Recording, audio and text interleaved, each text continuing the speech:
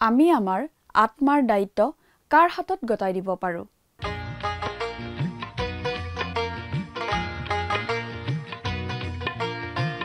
আজিৰে পবিত্ৰ ক্ষণতে উজলি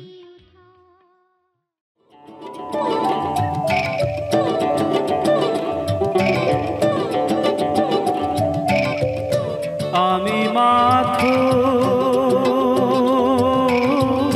বিপদ দেখা পাওঁ, আমি মাথো বিপদ দেখা পাওঁ, অতি ভবিষ্যৎ যে বথা নাই যে ভঙা আমার বথা নাই যে ভঙা আমার আর প্রভু বিচারে না পাও, নিরুপায় আমি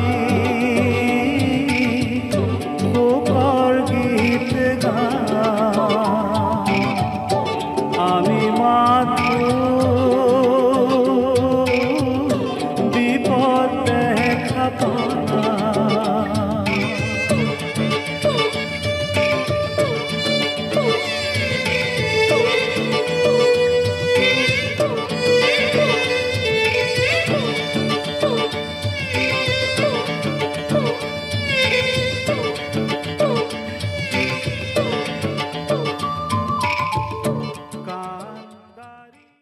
নমস্কাৰ, আমাৰ ভক্তিবচন অনুষ্ঠানলৈ আপোনাক পুনৰবাৰ স্বাগতম জনাইছো।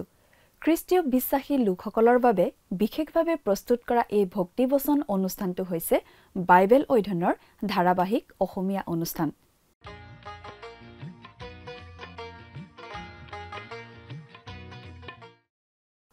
প্ৰিয় দৰ্শক, আপুনি যদি আমাৰ এই অনুষ্ঠানটো নিয়মিতভাৱে শুনি আছে তেনেহলে আপুনি নিশ্চয় জানে যে আমাৰ আগৰটো অনুষ্ঠানত বাইবেলৰ নতুন নিয়ম খণ্ডৰ পিতৰৰ প্ৰথম পত্ৰ বা চমুকৈ প্ৰথম পিতৰ নামৰ পুস্তকখনৰ 4 নম্বৰ অধ্যায়ৰ 3 নম্বৰ পদৰ পৰা 11 নম্বৰ পদলৈকে পঢ়ি তাৰ ভিত্তিত আগবঢ়োৱা আলোচনা শুনিবলৈ পাইছিলো।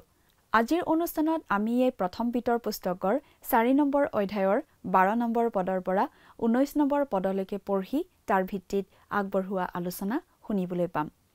আমি নতুন জন্ম লাভ কৰাৰ পাছতো যদি আগতে কৰাৰ নিচিনা কামবোৰকে কৰি থাকো, যদি আগৰ নিচিনাকৈ আচৰণ কৰি থাকো, তেনেহলে হেয়া বৰ ডাঙৰ মূৰ্খামি হ'ব। আমি খ্ৰীষ্টৰ সৈতে সংযুক্ত হলো, গতিকে আমি পাপ কৰিবলৈ দৌৰি যাব নোৱাৰো। আমি এতিয়া ঈশ্বৰৰ উদ্দেশ্যে জীয়াই থাকিব লাগিব। আমাৰ জীৱনটো চুটি, সময় বেগাই পাৰ হৈ গৈ থাকে আৰু সোনকালে কোনোবা এদিন আমি তেওঁৰ আগত থিয় হৈ সকলো কথাৰ হিচাপ দিব লাগিব। পাচনি পিতৰে বিভিন্ন পাপবোৰৰ কথা উল্লেখ কৰি কৈছে যে এসময়ত সেই পাপবোৰত তোমালোকে চলিছিলা, কিন্তু এতিয়া আৰু তেনেদৰে চলা উচিত নহয়। যেতিয়া কোনোবাই পুলপিতৰ পৰা শিক্ষা দিয়ে, তেওঁ ঈশ্বৰৰ বাক্যই কোৱা উচিত। কোনো লোকে যদি পৰিচৰ্যা কৰে, তেনেহলে ঈশ্বৰে তেওঁক যি পৰিমাণে সামৰ্থ্য দিছে সেই অনুসাৰে তেওঁ পৰিচৰ্যা কৰা উচিত। যেতিয়া সকলোৱে এই কথা মনত ৰাখি নিষ্ঠাৰে নিজৰ পৰিচৰ্যা কৰি থাকিব, তেতিয়া ঈশ্বৰৰে গৌৰৱ হ'ব। আমি ঈশ্বৰৰ বাক্য এনেদৰে শিকোৱা উচিত যাতে পিতৃ ঈশ্বৰে গৌৰৱান্বিত হয়। আমি যি কৰোঁ সকলো ঈশ্বৰৰ গৌৰৱৰ বাবেই কৰা উচিত।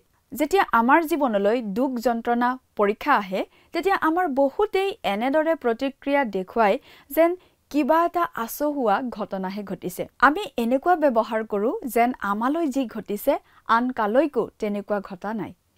আমি যিমান কষ্ট ভুগিছো আন কোনেও সিমান ভোগা নাই।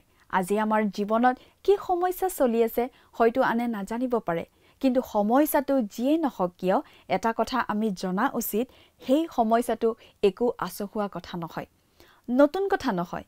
আন বহুতেই ইতিমধ্যে তেনেকুৱা সমস্যাৰ মাজেৰে পাৰ হৈ গৈছে আৰু আমি নজনাকৈ আন বহুতেই হয়তো তেনেকুৱা সমস্যাত ভুগি আছে।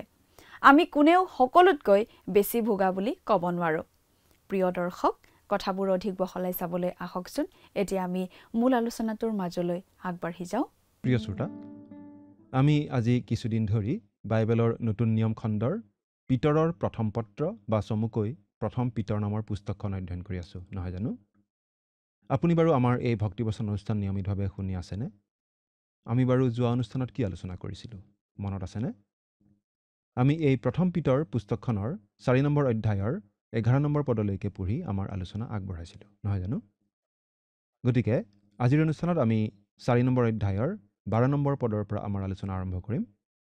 আপুনি বাৰু বাইবেলখন উলিয়াই লৈছেনে? এই অনুষ্ঠান শুনিবলৈ আপুনি নিশ্চয় বাইবেলখন মেলি লৈ সাজু হৈ আছে। আহকচোন এতিয়া আমি বাইবেলৰ পৰা চাই যাওঁ। প্ৰথমতেই পাঠ কৰি দিছোঁ 12 নম্বৰ পদটো। প্ৰথম পিতৰ 4 নম্বৰ অধ্যায় 12 নম্বৰ পদ। ইয়াত লিখা আছে, হে প্ৰিয়বিলাক, তোমালোকৰ পৰীক্ষাৰ অৰ্থে তোমালোকৰ মাজত যি জুই জ্বলিছে, সেয়ে তোমালোকলৈ অসম্ভৱ ঘটনা ঘটিছে বুলি তাৰ বিষয়ে তোমালোকে আচৰিত নামানিবা। এই 12 নম্বৰ পদৰ পৰা পিতৰে এটা বেলেগ ধৰণৰ দুখ ভোগৰ কথা ক'ব ধৰিছে। পিতৰে এই পত্ৰখন লিখিছিল সেই সময়ত বিভিন্ন ঠাইত সিঁচৰতি হৈ থকা যিহুদী খ্ৰীষ্টীয় বিশ্বাসীসকললৈ। সেই সময়ত বিশাল ৰোমান সাম্ৰাজ্যৰ বিভিন্ন ঠাইত এই সৰু সৰু খ্ৰীষ্টীয় বিশ্বাসীৰ দলবোৰ আছিল। তেতিয়া ৰোমৰ শাসনকৰ্তা হৈছিল নীৰ, আৰু এই নীৰৰ দিনত খ্ৰীষ্টীয় বিশ্বাসীসকলক অতি অমানৱীয় ধৰণে অত্যাচাৰ কৰা হৈছিল।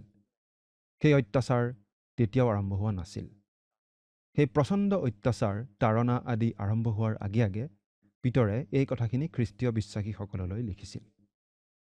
আচলতে নীৰুৱে ৰোম নগৰত সেই অত্যাচাৰ ইতিমধ্যে আৰম্ভ কৰি দিছিল আৰু লাহে লাহে ৰোমান সাম্ৰাজ্যৰ আন আন ঠাইলৈকো সেই অত্যাচাৰ বিয়পি যাব ধৰিছিল। পিতৰে খ্ৰীষ্টীয় বিশ্বাসীসকলক সাৱধান কৰি দিছিল যে তেওঁলোকে সেই অত্যাচাৰৰ সন্মুখীন হ'বলগীয়া সময় আহি আছে। তেওঁলোকৰ বহুতো লোক শ্বহীদ হ'ব লাগিব। প্ৰিয় শ্ৰোতা, আজি হয়তো আমি তেনেধৰণে শ্বহীদ হ'ব লগা অৱস্থা নহ'ব পাৰে, কিন্তু এই জগতত থকালৈকে আমি কিবা নহয় কিবা প্ৰকাৰে দুখ, ক্লেশ, তাড়নাৰ সন্মুখীন হ'বই লাগে।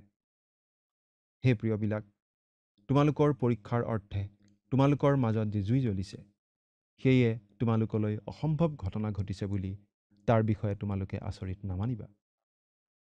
যেতিয়া আমি তাড়নাত পৰোঁ, অত্যাচাৰৰ সন্মুখীন হ'ব লগা হয়, তেতিয়া আমি প্ৰায়েই আচৰিত হওঁ। আমি ভাবোঁ যে আমালৈ কিবা আচৰিত ঘটনা ঘটিছে। আমি যি দুখ ভোগ কৰিব লগা হৈছে, আন কোনোৱে তেনেকুৱা দুখ কষ্ট পোৱা নাই। এবাৰ এজন পালকে এঘৰ মানুহলৈ ঈশ্বৰৰ বাক্য দিবলৈ গৈছিল। সেই মানুহ ঘৰত অলপতে এজন লোকে আত্মহত্যা কৰিছিল। পালকে তেওঁলোকৰ আগত ঈশ্বৰৰ বাক্য কোৱাৰ পাছত তেওঁলোকে সুধিছিল, পালক মহোদয়, আমালৈনো কিয় এনেকুৱা দুৰ্যোগ আহিল? আমি যেনেকুৱা দুখ পাইছোঁ তেনেকুৱা দুখ নিশ্চয় কোনেও কেতিয়াও আগতে পোৱা নাই। তেওঁলোকৰ ঘৰৰ পৰা ওলাই অহাৰ পাছত সেই পালকজনে আন এটা পৰিয়াল চাবলৈ গ'ল। তেওঁলোকৰ পৰিয়ালতো কিছুদিন আগতে এনে আত্মহত্যাৰ ঘটনা এটা ঘটি গৈছিল। আৰু তেওঁলোকে সেই পালকজনক কি কৈছিল জানেনে প্ৰিয় শ্ৰোতা? তেওঁলোকেও কৈছিল, পালক মহোদয়, আমালৈনো কিয় এনেকুৱা দুৰ্যোগ আহিল? আমি যেনেকুৱা দুখ পাইছোঁ তেনেকুৱা দুখ নিশ্চয় কোনেও আগতে পোৱা নাই। ঠিক সেই প্ৰথম পৰিয়ালটোৱে কোৱাৰ নিচিনাকৈ তেওঁলোকে কৈছিল। প্ৰিয় শ্ৰোতা, এই কথা বাৰু সঁচা নহয়নে? আমালৈ কিবা দুৰ্যোগ আহিলে আমি ভাবোঁ আমাৰ নিচিনা দুখ আগতে কোনেও পোৱা নাই বুলি, আমাৰ নিচিনা বেয়া পৰিস্থিতি আগতে কাৰো হোৱা নাই বুলি। প্ৰিয় শ্ৰোতা, আপুনি বাৰু আজি কি পৰিস্থিতিত পৰি আছে? আমি ক'ব নোৱাৰোঁ। কিন্তু আপুনি যি পৰিস্থিতিতেই নাথাকক কিয়, সেয়া একো নতুন কথা নহয়। আগতেও কোনোবাই নহয় কোনোবাই তেনেকুৱা পৰিস্থিতিৰ মাজেদি পাৰ হৈ গৈছে। যেতিয়া পৌলক পাচনি হিচাপে প্ৰভু যীশুৱে নিযুক্তি দিছিল, প্ৰভু যীশুৱে তেওঁক কৈছিল, বাইবেলৰ পৰা পঢ়ি দিছোঁ, কিয়নো তেওঁ মোৰ নামৰ নিমিত্তে কিমান দুখ ভোগ কৰিব লাগিব, ইয়াকে মই তেওঁক দেখুৱাই দিম। পাচনিৰ কৰ্ম 9 অধ্যায় 16 পদ। আৰু এই কথা আমি স্বীকাৰ কৰিবই লাগিব যে পৌলে দুখ কষ্ট ভোগ কৰাৰ ক্ষেত্ৰত একেবাৰে চৰম সীমা পাব লগা হৈছিল। আমি সিমান চৰম অৱস্থালৈ যাব লগা নিশ্চয় হোৱা নাই। গতিকে আমি আমাৰ দুখ ক্লেশ আদিক কিবা নতুন কথা, কিবা আচৰিত কথা বুলি ভাবিব নালাগে। আচলতে আন কোনেও কেতিয়াও সহিব লগা নোহোৱা ধৰণৰ দুখ ক্লেশ আমাৰ জীৱনলৈ প্ৰভুৱে কেতিয়াও আহিবলৈ নিদিয়ে। কিন্তু আমি সকলোৱে এই ভুলটো কৰোঁ। এজন বিখ্যাত বাইবেল পণ্ডিতে কৈছিল, যেতিয়া ডাক্তৰে মোক কৈছিল যে মোৰ কেঞ্চাৰ হৈছে, তেতিয়া মই অতি আচৰিত হৈছিলোঁ। মই ভাবি আছিলোঁ আনৰ কেঞ্চাৰ হ'ব পাৰে, কিন্তু মোৰ কেঞ্চাৰ হ'ব নোৱাৰে। মই ভাবি আহিছিলোঁ কেঞ্চাৰ বেমাৰটো আনৰ বাবে, মোৰ বাবে নহয়। প্ৰিয় শ্ৰোতা, আমিও তেনেকৈয়ে ভাবোঁ, কিন্তু এই কথা ভুল। তোমালোকৰ পৰীক্ষাৰ অৰ্থে তোমালোকৰ মাজত যি জুই জ্বলিছে। এই খ্ৰীষ্টীয় বিশ্বাসীসকলে ইতিমধ্যেই কিবা কিবি দুখ ক্লেশ আদিত ভুগি আছিল। দুখ ক্লেশ আদি আকস্মিক ঘটনা নহয়। এইটো এটা স্বাভাৱিক খ্ৰীষ্টীয় অভিজ্ঞতা। সেইবাবেই পিতৰে কৈছে, তোমালোক আচৰিত নহবা। এইটো নতুন কথা নহয়, এইটো স্বাভাৱিক কথা খ্ৰীষ্টীয় বিশ্বাসীসকলৰ কাৰণে। জুইত পুৰি যেনেকৈ সোণৰ বিশুদ্ধতা পৰীক্ষা কৰা হয়, তেনেকৈ দুখ ক্লেশ আদিৰ জুইত পুৰি খ্ৰীষ্টীয় বিশ্বাসীসকলৰ বিশ্বাসৰ পৰীক্ষা কৰা হয়। এয়া খ্ৰীষ্টীয় বিশ্বাসীৰ ভালৰ কাৰণেই।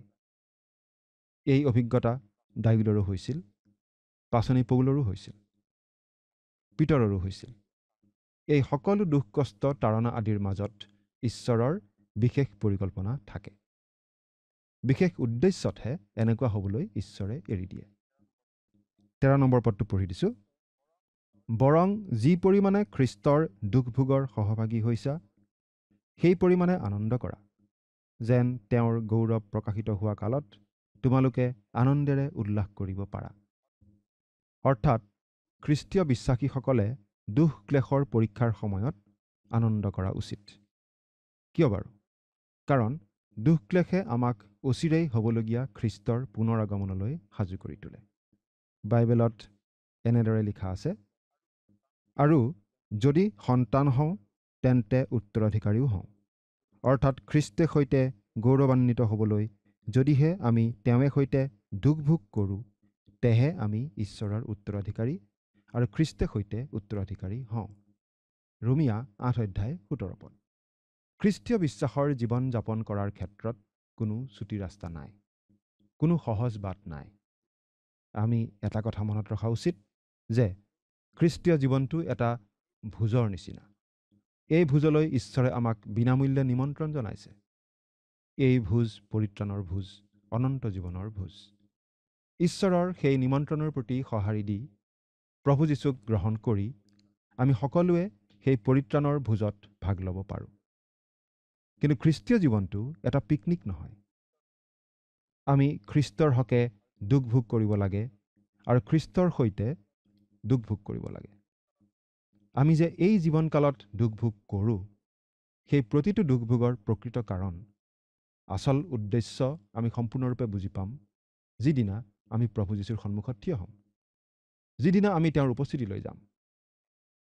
আমাক যদি স্বৰ্গত পৌলৰ লগত একে গৌৰৱ মহিমাৰ স্থানত বহিবলৈ দিয়া হয়, আমি বাৰু লাজ নাপামনে? কাৰণ আমিতো পৌলৰ সমান দুখ ভোগ কৰা নাই। প্ৰিয় শ্ৰোতা, ঈশ্বৰৰ বাক্যত অতি স্পষ্ট কৰি দিয়া হৈছে যে দুখ ভোগ খ্ৰীষ্টীয় জীৱনৰ এটা অপৰিহাৰ্য অংগ। দুখ ভোগেই আমাক উন্নত কৰে, খ্ৰীষ্টীয় জীৱনত আগবঢ়াই লৈ যায়। প্ৰিয় শ্ৰোতা, খ্ৰীষ্টীয় বিশ্বাসীৰ জীৱনত দুখ ক্লেশ থাকেই। খ্ৰীষ্টীয় পৰিয়ালত দুখ ক্লেশ আহিবই।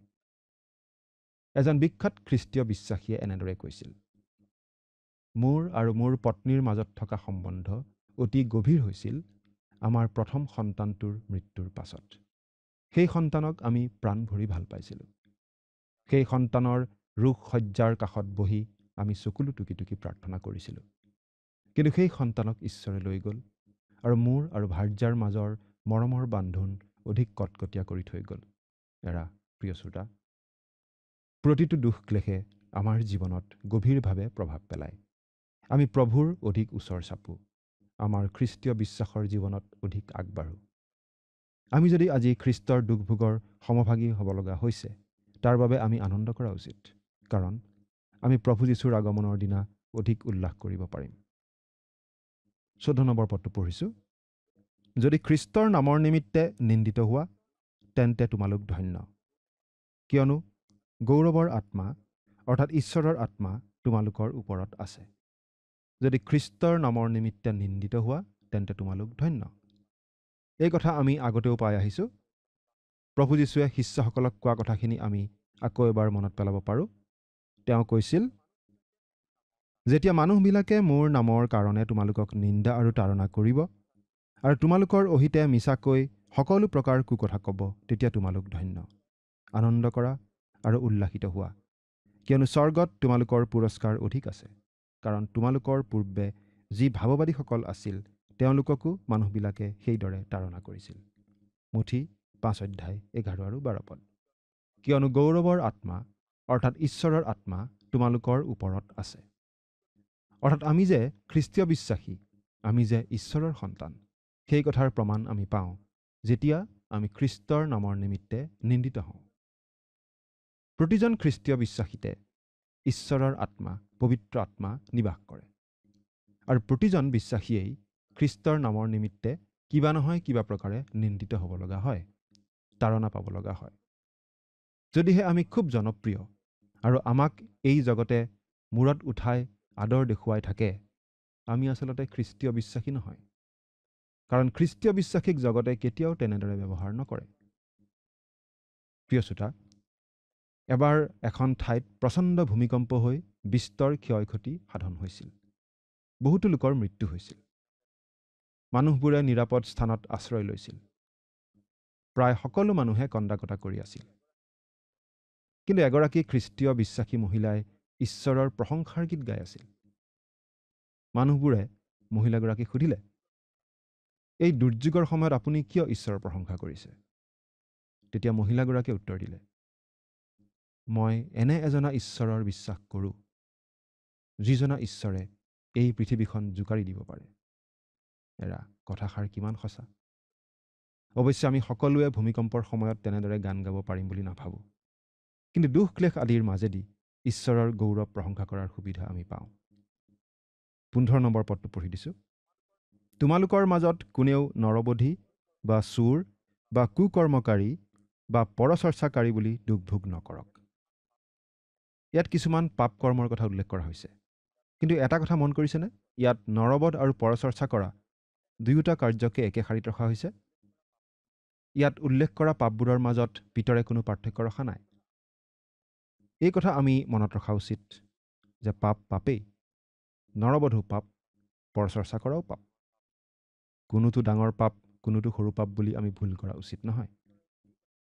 ইয়াত পিতৰে এই কথা ক'ব বিচাৰিছে যে আমি পাপ বা কিবা অপকৰ্ম কৰি দুখ ভোগ কৰিব লগা অৱস্থা হ'ব নালাগে। অৰ্থাৎ আমি অপকৰ্মত লিপ্ত হ'ব নালাগে। ঈশ্বৰে আমাক পাপৰ দ্বাৰা পৰীক্ষাত কেতিয়াও নেপেলায়। এই কথাটো জাকুবৰ পত্ৰটো আমি অতি স্পষ্টভাৱে পঢ়িবলৈ পাওঁ। পাপ কাম কৰি আমি জেল হাজোতলৈ যাব লগা হ'ব পাৰে, আনৰ মাৰ কিল খাব লগা হ'ব পাৰে। সেয়া আমাৰ কুকৰ্মৰ ফল। সেয়া ঈশ্বৰৰ পৰা অহা পৰীক্ষা নহয়। তেনেদৰে দুখ ভোগ কৰাত কোনো কৃতিত্ব নাই, একো গৌৰৱৰ কথা বা আনন্দৰ কথা নাই।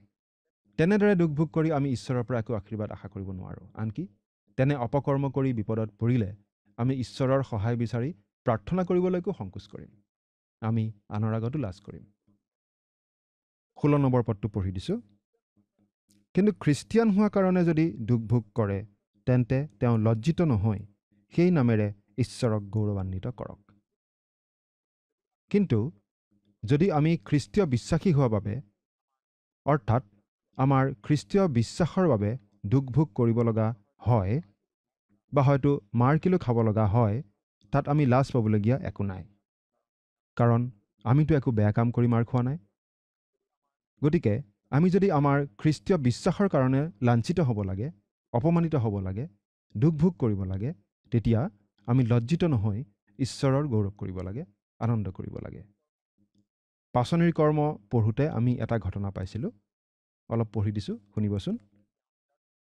তাতে তেওঁবিলাক তেওঁৰ কথাত সন্মত হ'ল আৰু পাচনিবিলাকক মাতি আনি কোবাই যীশুৰ নামেৰে কোনো কথা ক'বলৈ হাক দি এৰি দিলে।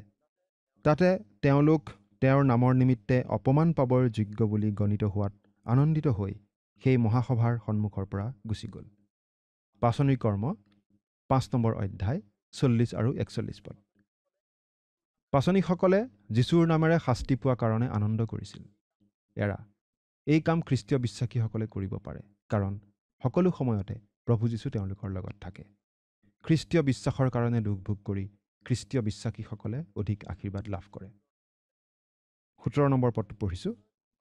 কিয়নো ঈশ্বৰৰ গৃহত সুধবিচাৰৰ আৰম্ভণৰ সময় হৈছে। কিন্তু যদি সেয়ে প্ৰথমতে আমাত হয়, তেন্তে ঈশ্বৰৰ শুভবাৰ্তা নমনাবিলাকৰ শেষ গতি কি হ'ব? এদিন এই জগতখনৰ বিচাৰ হ'ব। খ্ৰীষ্টই গোটেই মানৱ জাতিৰ বিচাৰ কৰিব। কিন্তু বিচাৰ প্ৰথমে হ'ব খ্ৰীষ্টীয় বিশ্বাসীসকলৰ। প্ৰতিজন খ্ৰীষ্টীয় বিশ্বাসীয়েই প্ৰভু যীশুৰ আগত জবাবদিহি দিব লাগিব। এই কথা আমি মনত ৰখা উচিত। পাচনি পৌলে এনেদৰে লিখিছিল, কিয়নো প্ৰতিজনে কৰা কৰ্ম ভাল হওক বা বেয়া হওক, তাৰ দৰে শৰীৰৰ দ্বাৰাই কৰা কৰ্মৰ ফল পাবলৈ আমি সকলোৱে খ্ৰীষ্টৰ সুধৰ আসনৰ আগত প্ৰকাশিত হ'ব লাগিব। 2 কৰিন্থিয়া 5 অধ্যায় 10 পদ। আমি এই জগতত খ্ৰীষ্টীয় বিশ্বাসী হিচাপে কেনেদৰে জীৱন কটাইছোঁ তাৰ হিচাপ প্ৰভুৱে ল'ব, তাৰ বিচাৰ প্ৰভুৱে কৰিব। কিন্তু খ্ৰীষ্টীয় বিশ্বাসী হিচাপে আমি সকলোৱে পৰিত্ৰাণ পাম, কিয়নো খ্ৰীষ্টক আমি ত্ৰাণকৰ্তা হিচাপে গ্ৰহণ কৰিছোঁ। তেওঁ ক্ৰুচত আমাৰ পাপৰ শাস্তি বহন কৰি আমাৰ পাপৰ প্ৰায়শ্চিত্ত কৰিলে। কিন্তু আমি যদি খ্ৰীষ্টীয় বিশ্বাসী হিচাপে সৎ জীৱন যাপন কৰি নাথাকোঁ, তেতিয়া বিচাৰৰ দিনা আমি খ্ৰীষ্টৰ আগত নিশ্চয় লাজ পাম, তিৰস্কাৰ পাম। কিন্তু যদি খ্ৰীষ্টীয় বিশ্বাসীসকলৰেই প্ৰথমতে বিচাৰ হ'ব, খ্ৰীষ্টক প্ৰত্যাখ্যান কৰা লোকসকলৰ কি অৱস্থা হ'ব চিন্তা কৰি চাওকচোন। সঁচাকৈ এইটো নিশ্চয় চিন্তা কৰিবলগীয়া কথা। এতিয়া 18 নম্বৰ পদত কি লিখা আছে আমি সেইটো পাঠ কৰি দিব খুজিছোঁ। 18 নম্বৰ পদ। আৰু ধাৰ্মিক লোকেই যদি কোনো প্ৰকাৰেহে পৰিত্ৰাণ পায়, তেন্তে ভক্তিহীন আৰু পাপিষ্ঠ লোকে ক'ত মুখ দেখুৱাব? ধাৰ্মিক লোকে যদি কোনো প্ৰকাৰেহে পৰিত্ৰাণ পায়, তেন্তে ভক্তিহীন আৰু পাপিষ্ঠ লোকে ক'ত মুখ দেখুৱাব? প্ৰিয় শ্ৰোতা, ইয়াত যিহেতু ধাৰ্মিক লোক কথাটো উঠিছে, আমি এই বিষয়টো অলপ চাব খুজিছোঁ। আচলতে ধাৰ্মিক এজনো নাই, কোনো নাই। ঈশ্বৰৰ দৃষ্টিত সকলো সমানেই পাপী, কিয়নো সকলোৱে পাপ কৰিলে আৰু ঈশ্বৰৰ মহিমাৰ পৰা বঞ্চিত হৈছে বুলি বাইবেলে আমাক দেখুৱাইছে। কিন্তু প্ৰভু যীশুখ্ৰীষ্টত বিশ্বাস কৰা লোকসকলক ঈশ্বৰে ধাৰ্মিক বুলি ঘোষণা কৰে। কিন্তু আমি খ্ৰীষ্টত বিশ্বাস কৰি ধাৰ্মিক হ'লেও আচলতে কোনোমতেহে পৰিত্ৰাণ পাম বুলি আমাক ইয়াত কোৱা হৈছে। কাৰণ আমাৰ নিজৰ গুণত নহয়, খ্ৰীষ্টৰ ধাৰ্মিকতাৰ বলতহে তেওঁ আমাৰ পাপৰ প্ৰায়শ্চিত্ত কৰি দিয়া বাবেহে আমি পৰিত্ৰাণ পাওঁ। তেওঁ এই পৃথিৱীলৈ আহি আমাৰ সকলো পাপৰ বোজা বহন কৰি ক্ৰুচত নিজৰ অমূল্য তেজ বোৱাই আমাৰ পাপৰ প্ৰায়শ্চিত্ত নকৰা হ'লে, পাপৰ বেজ যি শাস্তি, সেই শাস্তি আমাৰ হৈ তেওঁ গ্ৰহণ নকৰা হ'লে আমাৰ বাৰু কি অৱস্থা হ'লহেঁতেন? চিন্তা কৰি চাওকচোন প্ৰিয় শ্ৰোতা। কোনো মানুহেই নিজৰ প্ৰচেষ্টাৰে ধাৰ্মিক হ'ব নোৱাৰে, নিজৰ ওপৰত ভৰসা কৰি পৰিত্ৰাণ পাব নোৱাৰে। প্ৰভু যীশুখ্ৰীষ্টই ক্ৰুচৰ ওপৰত সকলো মানৱৰ পাপৰ প্ৰায়শ্চিত্ত কৰিলে, সকলো পাপৰ প্ৰায়শ্চিত্ত কৰিলে। আৰু তেওঁক পৰিত্ৰাতা বুলি গ্ৰহণ কৰিলেহে আমি পৰিত্ৰাণ লাভ কৰোঁ। কাৰণ যেতিয়াই আমি তেওঁক আমাৰ পৰিত্ৰাতা বুলি গ্ৰহণ কৰোঁ, তেতিয়া আমি আৰু আমাৰ কোনো পাপৰ শাস্তি পাব নালাগে, কিয়নো আমাৰ সকলো পাপৰ শাস্তি খ্ৰীষ্টই ক্ৰুচত আমাৰ হৈ বহন কৰিলে। এই কথাটো আমি গ্ৰহণ কৰি লওঁ আৰু আমি লাভ কৰোঁ পৰিত্ৰাণ। তেনেহ'লে অধাৰ্মিকসকলৰ কি অৱস্থা হ'ব? সেই কথা আমি সকলোৱে নিশ্চয় বুজি পাইছোঁ। আৰু সেইবাবেই প্ৰভু যীশুৱে এই বুলি কৈছিল, ময়েই বাট, সত্য আৰু জীৱন। মোৰ যোগেদি নগ'লে কোনো মোৰ পিতৃৰ ওচৰলৈ নাযায়। যোহনে লিখা শুভবাৰ্তাৰ 14 নম্বৰ অধ্যায়ৰ 6 নম্বৰ পদ। এতিয়া আমি 19 নম্বৰ পদটো পঢ়ি দিছোঁ। এই কাৰণে যিবিলাকে ঈশ্বৰৰ ইচ্ছাৰ দৰে দুখ ভোগ কৰে তেওঁবিলাকে সৎকৰ্ম কৰি কৰি নিজ নিজ জীৱাত্মাক বিশ্বাসী সৃষ্টিকৰ্তাৰ হাতত সমৰ্পণ কৰক। সেই কথা মনত ৰাখি আমি প্ৰতিজন খ্ৰীষ্টীয় বিশ্বাসীয়ে নিজৰ নিজৰ জীৱন ঈশ্বৰৰ হাততেই গতাই দিয়া উচিত, ঈশ্বৰৰ হাততেই সমৰ্পণ কৰা উচিত। পাচনি পৌলে কি কৈছিল শুনকচোন। 2 তিমথিয় 1 নম্বৰ অধ্যায়ৰ 12 নম্বৰ পদ। তেওঁ কৈছিল, এই কাৰণে মই এইবোৰ দুখ ভোগো কৰিছোঁ, তথাপি লজ্জিত নহওঁ, কিয়নো মই যিজনাক বিশ্বাস কৰিলোঁ তেওঁক জানো, আৰু তেওঁৰ হাতত মই যিহকে গতাই দিলোঁ তাকে তেওঁ যে সেইদিনৰ নিমিত্তে পহৰা দি ৰাখিবৰ সমৰ্থ, ইয়াকে দৃঢ় প্ৰত্যয় কৰিছোঁ। আকৌ তেওঁ এই বুলিও কৈছিল ফিলিপিয়া 3 নম্বৰ অধ্যায়ৰ 7 আৰু 8 নম্বৰ পদত, কিন্তু মোৰ পক্ষে যি যি লাভ আছিল সেই সকলোকে খ্ৰীষ্টৰ নিমিত্তে মই হানি যেন মানিলোঁ। এনেকি মোৰ প্ৰভু খ্ৰীষ্ট যীশুৰ জ্ঞানৰ উত্তমতাৰ কাৰণে মই সকলোকে হানি যেনহে মানিছোঁ। আমি খ্ৰীষ্টীয় বিশ্বাসী হিচাপে দুখ ভোগ কৰাৰ সময়ত এই সকলো কথা মনত ৰাখি আমাৰ জীৱনৰ দায়িত্ব ঈশ্বৰৰ হাততেই গতাই দিয়া উচিত। প্ৰিয় শ্ৰোতা, ঈশ্বৰৰ হাতত আমি সম্পূৰ্ণ নিৰাপদ। আমি নিজৰ জীৱন নিজে চলাবলৈ চেষ্টা নকৰি প্ৰভু যীশুকেই আমাৰ প্ৰভু বুলি প্ৰকৃত অৰ্থত বিশ্বাস কৰি তেওঁতেই আমাৰ জীৱনৰ ভাৰ গতাই দিয়া উচিত নহয়নে বাৰু? ঈশ্বৰে আপোনাক আশীৰ্বাদ কৰক। আমেন।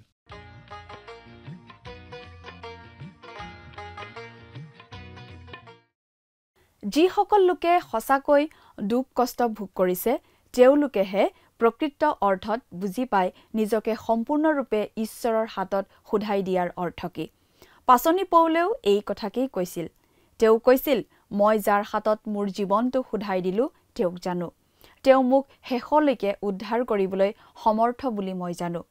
পাচনি পৌলে বহু কিবাকিবিৰ ওপৰত ভৰসা কৰি আহিছিল যদিও খ্ৰীষ্টক লগ পোৱাৰ পাছত তেওঁ সেই সকলো বিষয় অসাৰ বুলি বুজি পালে। সেই সকলোবোৰ তেওঁ বিষ্ঠা যেন জ্ঞান কৰিলে আৰু নিজৰ জীৱনৰ পৰিত্ৰাণৰ বাবে একমাত্ৰ যীশুখ্ৰীষ্টতে নিজৰ জীৱন সোধাই দিলে। তেওঁ আত্মাৰ পৰিত্ৰাণৰ বাবে কেৱল খ্ৰীষ্টতেই ভৰসা কৰিলে। পাচনি পিতৰেও একেধৰণেই কৈছে যে যিসকলে দুখ ভোগ কৰিছে তেওঁলোকে খ্ৰীষ্টতেই সকলো সোধাই দিয়া উচিত। প্ৰিয় দৰ্শক, আজিলৈ আমাৰ অনুষ্ঠানটোৰ ইমানতে সামৰণি মাৰিব খুজিছোঁ। পৰৱৰ্তী অনুষ্ঠানত আপোনালোকক পুনৰ লগ পোৱাৰ আশা ৰাখিছোঁ। সামৰণি মৰাৰ আগতে আহকচোন আমি খন্তেক প্ৰাৰ্থনাত মূৰ দুৱাওঁ। স্বৰ্গত থকা অতি মৰমীয়াল দয়ালু পিতৃ ঈশ্বৰ, প্ৰভু তোমাক ধন্যবাদ দিছোঁ এই সুন্দৰ সময় তুমি আমাক দিয়াৰ বাবে। বিশেষকৈ পিতৃ সময়তে প্ৰাৰ্থনা কৰিছোঁ তোমাৰ চৰণত প্ৰভু প্ৰতিজন দৰ্শকসকলৰ বাবে। প্ৰভু তেওঁলোকে যি তোমাৰ পবিত্ৰ বাক্য অধ্যয়ন কৰি আছে এই বাক্য বুজি পোৱাত প্ৰভু তুমি সহায় কৰিবা আৰু প্ৰভু তেওঁলোকে যাতে এই বাক্য বুজি পায় নিজৰ জীৱনত যাতে তাক ব্যৱহাৰ কৰিবলৈ পাৰিব তেনে আশীৰ্বাদ প্ৰভু তুমি দান কৰিবা আৰু প্ৰভু তেওঁলোকৰ সকলো প্ৰয়োজনবোৰ প্ৰভু তুমি পূৰণ কৰিবা। এই সকলো যাচনা মহান ত্ৰাণকৰ্তা প্ৰভু যীশুখ্ৰীষ্টৰ নামত অৰ্পণ কৰিছোঁ। আমেন। প্ৰিয় দৰ্শক, যোৱা অনুষ্ঠানৰ প্ৰশ্নটোৰ শুদ্ধ উত্তৰটো হৈছে অপশ্যন ডি, এই জগতত। আজিৰ অনুষ্ঠানৰ ওপৰত আধাৰিত প্ৰশ্নটো হৈছে খ্ৰীষ্টীয় বিশ্বাসৰ বাবে কোনে দুখ কষ্ট ভোগ কৰাৰ চৰম সীমা পাব লগা হৈছিল? অপশ্যন এ পিতৰ, option B Paul, option C Philip, option D থোমা। প্ৰিয় দৰ্শক, আজিৰ প্ৰশ্নৰ সঠিক উত্তৰটো অহাকালি সন্ধিয়া 6 বজাৰ আগেয়ে আপোনাৰ নাম আৰু সম্পূৰ্ণ ঠিকনাৰে সৈতে আমালৈ 7429840242 নম্বৰত SMS নাইবা হোৱাটছআপ যোগে প্ৰেৰণ কৰক। প্ৰিয় দৰ্শক, যদি আপোনাৰ এই অনুষ্ঠানটি শুনি ভাল লাগিছে তেনেহ'লে এই নম্বৰত এটি মিছ কল দিয়ক। ইয়াৰ যোগেদি আপুনি পৰৱৰ্তী অনুষ্ঠানত বিজয়ী হ'ব পাৰে।